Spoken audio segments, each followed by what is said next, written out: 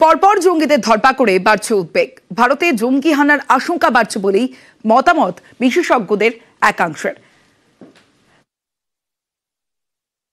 বাড়ছে বাংলাদেশ পাক সখ্য, ফলে পাক গুপ্তচর সংস্থা আইএসআই এর যত সক্রিয় হবে তত উদ্বেগ বাড়বে ভারতের।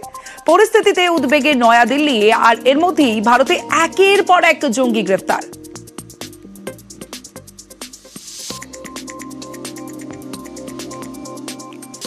ক্যানিং থেকে গ্রেফতার কাশ্মীরি জঙ্গি। এবিটির 8 জন জঙ্গি গ্রেফতার। একাধিক কট্টরপন্থীকে বাংলাদেশের জেল থেকে ছিনিয়ে নিয়েছে জামাত।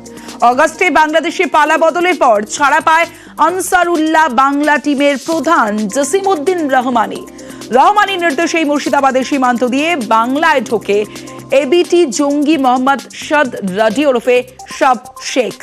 আর এই সাব শেখকে কেরল থেকে ধরে আসাম এসটিএফ। এবিটির টার্গেট ছিল চিকেন স্নেক। আর এই নিয়ে কি বলছেন এডিজি দক্ষিণবঙ্গ সুপ্রতিম সরকার?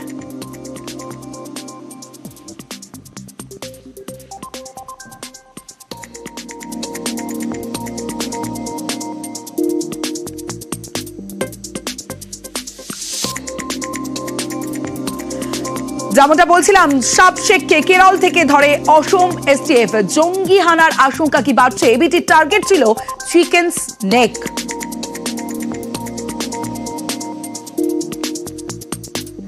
আর এই শঙ্কাটাই করছেন এডিজি দক্ষিণবঙ্গ সুপ্রতিম সরকার।